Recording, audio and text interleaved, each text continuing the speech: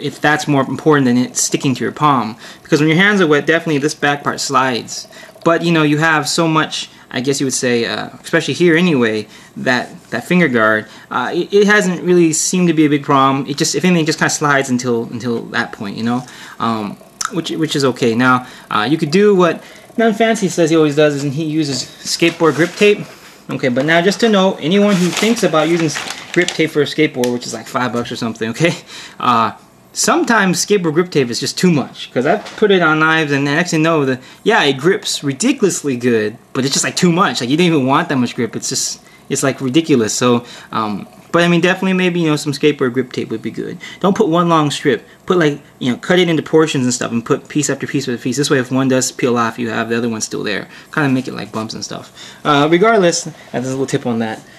Now, let's see. Now, odd thing about this knife. Okay, well, first thing when you pick this up and you compare it to the SR11, in my opinion, it feels much more solid than the SR11. And the SR11 feels kind of like compact, and you know, but definitely to me, when I saw the M1 the first time I saw it, it made an impression of like, man, that's pretty solid.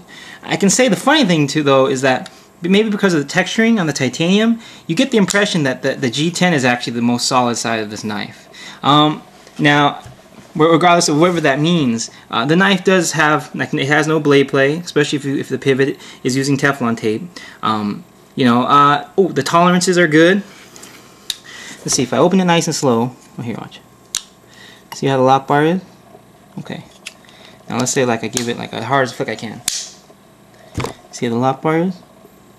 Still the same, which is really nice. That means that stop pin, which I can tell you once that we open it, that stop pin pushed in the G10 is in there tight. Unlike the one with the micarta, the SR11, that stop pin is stuck in there on the G10 side. I mean, you can, so when you pull it off, it's just like, it's definitely tight in that spot, fitted right. What's the stop pin made of? I don't know, and it's not listed. Perhaps, I'm assuming just stainless steel, because if it was titanium, that's like Strider stuff, and I don't know. Now, in terms of like this wearing out and lasting, it should be important to note that titanium definitely does not look hardened, but the blade steel N69CO is not like, you know, it doesn't have a shitload of vanadium to where it's like S30V, so it's not like it's going to like just eat up that titanium lock bar. More likely, this cobalt vanadium will start to smooth out and, you know, roll, and you know, it'll be fine. It'll create a nice surface area for contact. Now, two of the flaws I listed with the SR11 were one, the blade shape. In this situation, this is fine. You know, for me, tactical use, I like Wharncliffe's. You know how this blade tip extends it towards this way, away from my opponent, where I'm slashing this direction. You know, that could be, you know, but hey, if you like this style, then the other problem was the lock bar. Being able to squeeze it. Now, on this one, I can still squeeze it in. Can you hear it? Now, I mean, maybe it's that kung fu grip. You know, I don't know, but it doesn't. It's not as bad on the SR11 as the SR11. Like this one, because more of the handle is, there's more bulk to this, and the shape isn't curved like the SR11. You know, it's not like a primary area where you grip. You know, it's not like, you see, it's more. So it's not really as important. I mean, and that would depend. I mean, some people might focus on these two fingers when they grip, and some people might focus on their palm and that. So it just kind of, depending on how you hold it, it's not as bad, and it doesn't sink in as deep. I do wish that the lock bar met the blade tang with more surface area, which I'll show you. So now, about that lock bar. So when you compare it to this to SR11, what it is you see on the SR11, you can see that it sticks out a little bit, and the micarta gets very thin. So when you grip it, you're gripping more of the titanium.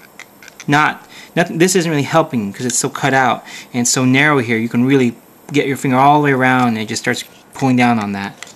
Now on this knife, though, because it's flush and the G10 sticks out more, you can see, when you grip it, you know, you're kind of holding down the overall flat area of this, and it's not as bad. But you can see if you grip it, well, I'll show you. If I grip it with my left hand, where now the finger is in a different position, it'll grip down on it. And it'll grip it down to where it locks in, unfortunately, at that angle. Which then you can see on the lock bar, it wears out right down that corner. Kind of like a Strider, how a Strider wears out. because that corner was pushed, strider grinds it differently, the lock bar surface. But regardless, that corner wears out. And so, in the end, will that affect lockup by having that corner wear out? No, because the whole lock bar is flush with the back of that small little area. So this area wouldn't be making contact basically where my finger's covering. Which, it sucks, but at the same time, hey, it's still going to lock up. And by the time you're doing that anyway, it's going to be pushing inward anyway, so it's not going to unlock. And if it did anyway, it has that flipper. But regardless on that, now also it's nice. Nothing fancy to complain about. Let's see, this little this area right here being hard to get to. That's ridiculous. I don't know what he's talking about. Okay, I mean it's perfectly fine. But the point is, the reason why there's the bevel on this side, and beveling is actually very nice stuff. I've asked it like custom knife makers. I won't mention his name because he's an ass. But the point is, he didn't want to do a design because he says it's just too much bevel work, and he's not that good at it. Beveling is hard. So when you see this kind of stuff, beveling, it looks nice, but it has a function because, typically speaking, it seems like anything contoured seems thinner, like those striders. But if you've ever had a chance to use like Umnumzan and use it for a long period of time, perhaps especially if you're poking at things and stabbing at things all day long, this corner is a hot spot. You see? That's definitely hurts, actually. It creates a new blister that you didn't have before. A new callus. And so even I had to slightly smooth that out. So what's nice about the Combative Edge is, because if it is smooth out right there, no big deal. It actually, you don't feel it at all. Except when you have this goofy little pocket clip, which I'm going to have to talk to you about that. So in terms of this clip, okay, Mr. Walker normally has it tipped down. And okay, he prefers that way, that's fine. I will say that's the next main thing then. So if it's not really so much the lock bar, it's the clip and the pivot, okay? The pivot being that it's not shouldered, because re-emphasize that as it develops blade play, your option is usually to either keep screwing it and always have a tool with you, or to Loctite or Teflon tape. You can't Loctite because if this male is stuck into that female and not going to move, and you try to unscrew it, the female is just going to spin every time you try to unscrew it. So you have to go for Teflon tape. So that's okay, that's okay. You just hold it down, use Teflon tape. Now the next thing would be the pocket clip. What are the flaws of the pocket clip? Well, okay, first of all, the pocket clip or this little piece that's down here serves as that lock bar stop. Okay, is that necessary? No, because if this is up here, then it will stop it. If this is down here, then you have the pocket clip resting right there on the crack to where it does stop it enough. Because I took this off, which I don't think is worthwhile because of the fact that now you see how it's digging in your finger. Kind of stupid, like did anyone notice that? So that's pointless. Regardless, now it sucks is I'm going to show you when you take it apart. That's another annoying thing about where the pocket clip is situated and how it covers the pivot. But when we get to that, we'll get to that. Now the pocket clip is what's kind of funky is you see how flat it is right there. Okay, now this is not really something that's defeats the knife, because if you really want, you just bend that part up. But if you look at shorts such as this one, now this is an over-exaggeration, or perhaps even Levi's. I have Levi cargo shorts. You see what I'm saying? So you kind of have to go in there and purposely lift the pocket clip up to push it down in there. And because it's such a slick surface, bear in mind that this isn't like a knife that you can put high up in your pocket rather than all the way down to the bomb, or put it on other locations on your backpack or other areas per se, because it's just going to slide around. So this is kind of straightforward. It belongs right there in that bomb of your pocket, on your right pocket. But like I said, for tactical use, slick surfaces with slick pocket clips, make quick deployment.